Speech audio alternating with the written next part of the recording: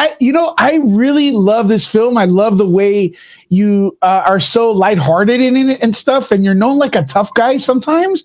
But how do you get into that mindset from switching from back and forth from movie to movie like that? I think that's really impressive, dude. Well, I think the truth is I'm very silly in real life, and I just got to be a bit more myself. You know, the way I've been perceived in many other movies as the tough guy, hard man, stoic, and all the rest of it, that's very far from who I am as a person, really. I mean, anyone who sees me in interviews can probably tell that. I like to have a bit of fun. I'd never done anything like this before, such a broad comedy. So it was something that I wanted to have a crack at. And the opportunity came up, and I jumped at it, and I had a lot of fun. Now, they normally say that the more fun you have, you shouldn't have too much fun, otherwise you won't end up with a good movie. I had a great time on this one, but I think the film turned out well as well. So, yeah, it's a lot of fun. Have you noticed that martial artists are pretty much generally lighthearted, and opposed to like people who don't train think? Well, I used to train a little bit. They think we're all like cocky, want to fight all the time. But martial artists are pretty lighthearted, aren't they? Would you say? Yeah, I think you get it out of your system. You leave it in the gym, so you can just be nice to people after that. And it's a misconception. I mean, obviously there's exceptions to that rule, but yeah, most martial artists that I know, they're nice, genuine people. Yeah, absolutely. The movie deals with classic video games. I'm full of video games around here. I don't know if you could tell, but what is your favorite video game? Did you that you have a classic video game? Could you mention one that's like your favorite? I'm not into it anymore, but when I was a kid, and I'm going back, I'm 44 now, so it was all about the Commodore 64, then the Amiga, then the N64. I mean, GoldenEye was a classic game, wasn't it, on the N64? That was an incredible game. I'm sure the graphics look very dated now, but at the time, the way they would move and everything was great. That was a brilliant game. I completed it on the very hardest level. That's how much I love that game. GoldenEye is still actually played by everyone and stuff, and everyone wants to try to imitate it. So, in my opinion, that's a great choice. N64 GoldenEye. Who did you pattern Max Cloud on? Because he's pretty funny, like almost cocky. He's not aware of himself. Was it just your own character? Were you given direction to do it, or just come out with him? I think there's a bit of Ron Burgundy in there, to be honest. Yeah. I think I was a bit inspired by Will Ferrell in the old. What was that movie called? Anchorman, yeah? Yeah, he's a bit of a dick. He takes himself too seriously. He thinks he's the man, but actually he's not. He's a bit, I mean, he is the man, but he thinks too much of himself in a bit of a Ron Burgundy way. And I went quite big with some things, which was in keeping with that. The sets were awesome, mostly like blue and purple, I believe. What was it like acting on them? Like, was it all set? Was it CG, or how did that work?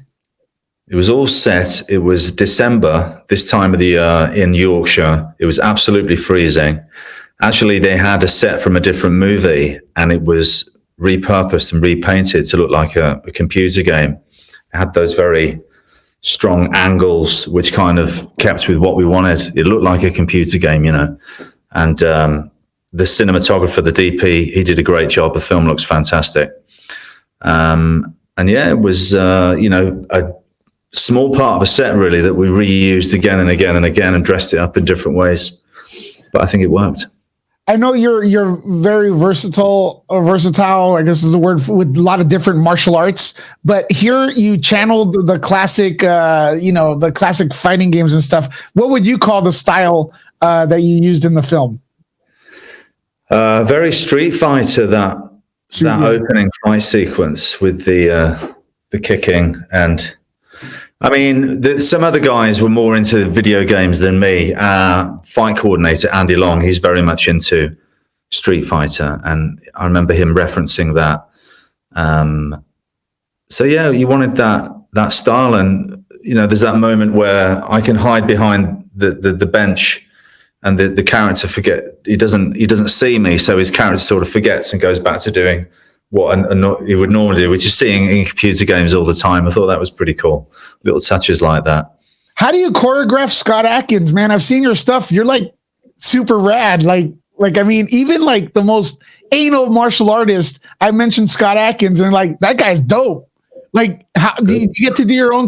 Do you ever get to do your own stuff? Is everything pretty much choreographed with, or no? Well, if I'm in a position where I'm working with people that don't know as much as me, I normally take over. But I did not have to do that on this. Andy Long was the fight coordinator for this. He arranged the camera angles as well. He shot the fights. He's very experienced. He's from the Jackie Chan stunt team, and he is a brilliant at what he does. So, I was able to sit back and relax and trust him. I'd worked with him before and do it as he said, which is preferable to me because I want to think about the character. I don't want to be thinking about that. Yeah, I can do all that, and if I have to, I will. But if it helps when there's somebody there that I trust to do it for me. Did you get to interact with everyone from the cast? I mean, there's the section where they're playing the video games. Did you talk to those, or was it all separate? Oh, no, didn't meet them at all. No, never met them. Still haven't. Is that weird? Well, it is weird. Well, it's not weird now. It's weird for you guys. I know. Yeah. I mean, there's no point bringing me in when actually I think we broke up for Christmas, and then that stuff was shot in the new year. So I was long gone. I think I was in Mexico at this point. Yeah. How are you coping with workouts nowadays? Like training the situation and stuff we're in. You still schedule's dope. Well, 5 days a week. Yeah, we're back. The gyms are back open. Oh, okay. So we go to the train. I've just been this morning training. So we're good. We're good. You're lucky, man. Back to it. You dropped some awesome names, Jackie Chan. You've been Ray Park's actually kind of a friend of mine. We were in the same city and stuff. Michael Jai White. Is there anyone that you have not worked with that you are like kind of like, yeah, you know what? I want to work with this person that you could think of? I've worked with so many people. With everyone, right? There are some other martial artists that I would like to. That I haven't had the chance to work with yet, that I admire, or like Alain Moussi and Bren Foster are two guys that I've not worked with, and I look at them when it comes to martial arts and I think, wow, these guys are good. I wouldn't mind working with them. But every other martial arts guy, I'd like to work with Keanu Reeves. Not that he's necessarily a martial artist, but what he does with the John Wick films is phenomenal, and I'm a big fan. But yeah, I mean, even like with actors, like my favorite actor of all time was always Gary Oldman. I got to work with Gary Oldman. I've always wanted to work with Anthony Hopkins. And of course, you got all the greats like Denzel Washington and De Niro and Pacino and all those guys. Of course, it'd be great to work with them. And Jean-Claude Van Damme's someone you really love too, right? I was a big fan as a kid. Well, I'm still a big fan, even now. That must be awesome. Dude, I got to touch up upon this because, I'm a big comic book fan, and us comic book fans, we're really anal about our Batman. And when I announced that I was going to interview you and that you were my choice for Batman, there was no complaints. They were like, yep, that's a good choice. Usually when you mention Batman, everybody's like, I don't know. You were like 100%, dude. People backing you up on Twitter and stuff like that. Do you see a future in a big comic book movie, if not Batman, unfortunately? But I think you could still do it.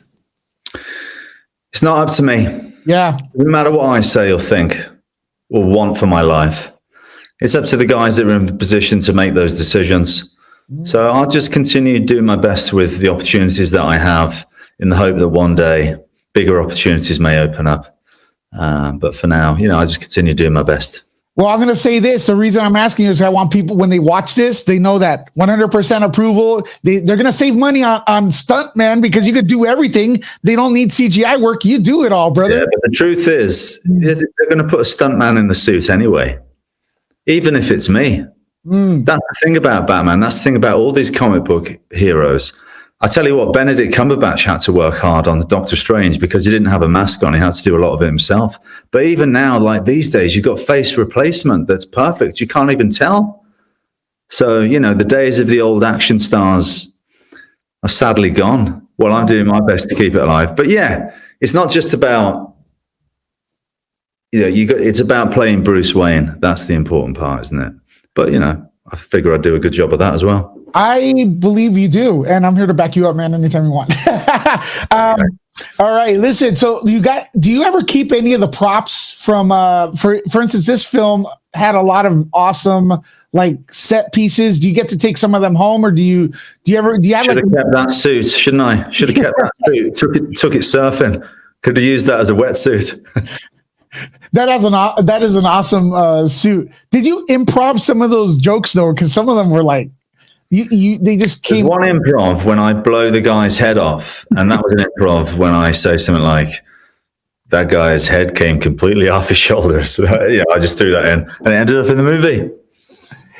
What's the message behind the movie? What do you want people to take out of it when they watch it?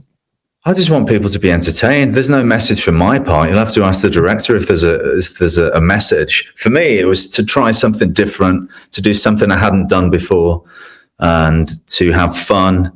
And, I really enjoyed working with the other actors. And, I do like being part of an ensemble. And, just to keep working, keep trying different things, and keep improving in my art. I was introduced to your career by Lisa Grayson. So, and she has a question for you. She wanted to ask, what's the difference between you acting and writing?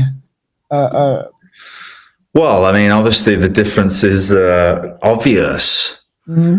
I think the reason why I've done some stuff behind the camera as of late is just disillusioned by the quality of projects away. You're at the mercy of what you're offered by people to do. You can only do what I'm offered or what I audition for and get given the part by whoever.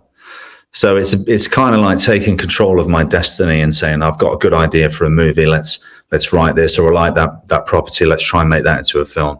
And just to try and do projects that I'm passionate about rather than, I better do this one because there's nothing else going at the moment. And if something does come over the table that I wasn't expecting and I like it, like Max Cloud, then I can do it. But also I can be working on creating some quality projects for myself.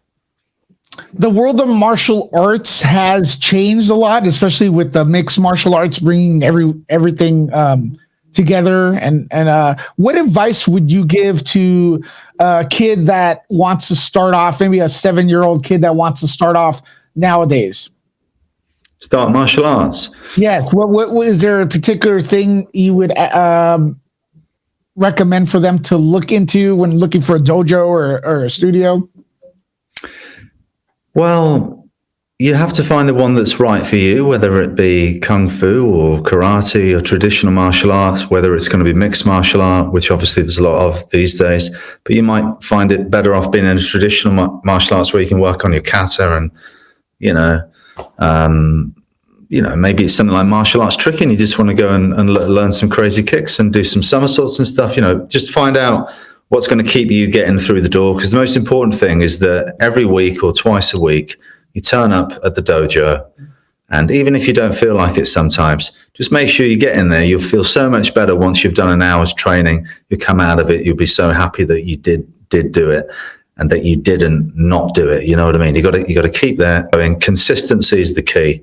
And if you can turn up twice a week, you're going to get better in no time. Facts, man. I love the movie. I had a lot of fun with it. Like you said, I think that's the message. Have fun in 2020. Max Cloud definitely does it. Very impressive work. Last question. What's in the future for you? Something you want to share with the audience maybe that they can look forward to? I just finished shooting a movie with Dolph Lundgren called Castle Falls. We're able to finish it off through the pandemic. In March, when the whole thing kicked off, we had to abandon the film and was able to just go back to Alabama and finish that one with Dolph. So yeah, that'll be the next one after this one, but not for another year because awesome, we haven't been doing much work lately, have we? So yeah, a little bit of a break for a bit. Well, speaking to you is a good way to kind of end off the year, December already. So thanks for coming on here. Thanks, buddy. Great talking to you. Thanks, man. Bye-bye. All the best.